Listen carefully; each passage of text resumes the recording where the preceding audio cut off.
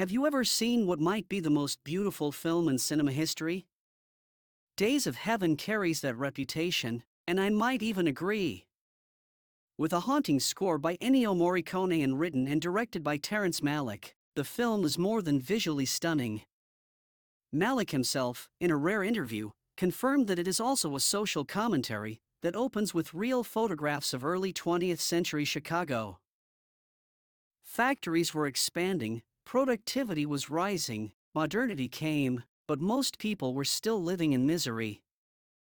Workers labored in brutal conditions, treated less like human beings and more like animals. There was little dignity. No real community, no rooted family life, and no stable moral structure. They lived on the margins, detached from belonging and meaning. And when some of them tried to escape that industrial world, heading west to work in the harvest fields, they carried that same instability with them, didn't leaving violence or moral fragmentation behind, rather, simply relocated it with them. That's exactly what we see in Bill, Abby, and his younger sister. They arrive at the wheat fields seeking a new beginning.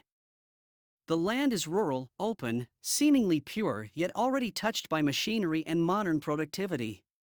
Even there, workers remain instruments, dependent on the landowner's power.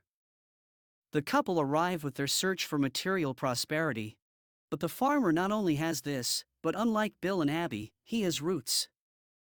The house carries history, and the harvest has made him wealthy and with a stable life, at least on the surface. The wheat itself is not just scenario of the story. It is the foundation of civilization, daily bread, survival, and a symbol of our mission in this life. Like the grain of wheat, life must fall, die for itself, and wait patiently before it bears fruit. The cycles of sowing and harvest reflect the vocation of human life: labor, patience, sacrifice, and only then, reward. Yet even the farmer cannot escape what is essential to the human condition. He is told he may have only a year to live. Until that moment, he has lived mostly alone. No real family and no deep belonging. And when he meets Abby, he is drawn to her beauty, rooted by instinct and desire arising from the lower impulses of the body. Pretending to be Bill's sister rather than his lover, Abby is driven by Bill to take this opportunity. Believing the farmer's illness will soon claim his life, he persuades Abby to accept marriage, since he sees only it is at his front. The promise of inheritance and material security within reach. But life in this world is a fragile paradise. The old Foreman, who treats the farmer almost like a son, senses something is wrong. He represents the older order: trust, loyalty, inherited responsibility, and sees the deception forming beneath the surface, representing Mallick's thoughts on the tension of a manager with an unknown staff, and the instability of modern life that surrounded the natural life. At first, the arrangement seems to work. Abby becomes the farmer's wife. The house grows quieter, and for a moment, it feels days of heaven, golden light, and a life that appears stable and beautiful. With time, even with the blindness of the farmer, the tension begins to grow, since his health stabilizes, and what was meant to be temporary becomes complicated. Abby begins to genuinely care for the farmer. Not because she planned to, but because she is always carried by circumstances, emotion, and whatever is immediately in front of her. She does not know what she wants, and drifts. For a brief moment, the modern world intrudes directly. An airplane carrying entertainers lands nearby: spectacle, distraction, novelty.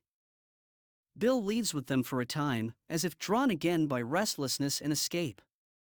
But absence does not resolve corruption, and with his return, the illusion can no longer hold. And then, the natural order intervenes. A swarm of locusts descends upon the wheat fields, fruit of mere bad luck, but not just a natural disaster. Rather, it carries biblical weight, like the plagues of Egypt, exposing the illusion of human self-sufficiency. One moment of vulnerability, and the prosperous harvest collapses. The wealthy farmer, who believed his stability was secure, discovers how fragile it truly was. But the plague is not only external. It reveals what was already growing inside the human heart. Bill built his life on deception. Abby lived within a lie. The farmer placed his hope in material permanence. Each believed they could manage the outcome. The harvest now exposes the truth. Because in the moral order of the world, what we plant will eventually be revealed. The loss of the wheat shatters the farmer. And when he realizes his wife's betrayal, grief turns into rage. Instead of purification and acceptance of reality, he chooses fury. In a burst of anger, he confronts Bill and passes. But Bill also cannot escape the logic of the harvest. The field has burned. The crop is gone. And the reckoning has arrived. In the end, we are left not with the lovers, but with the child. According to Terrence Malick himself, the young narrator is the heart of the story. She observes everything with innocence, yet that innocence is already fractured. She represents a generation shaped by instability, and is one of the faces in the photographs that open the film and belongs to a world without roots. Poverty, moral confusion, displacement, big trends of ordinary life at that time. After yet another disaster, Abby boards a train once more. Like the wind, she moves on, chasing another possible paradise somewhere else.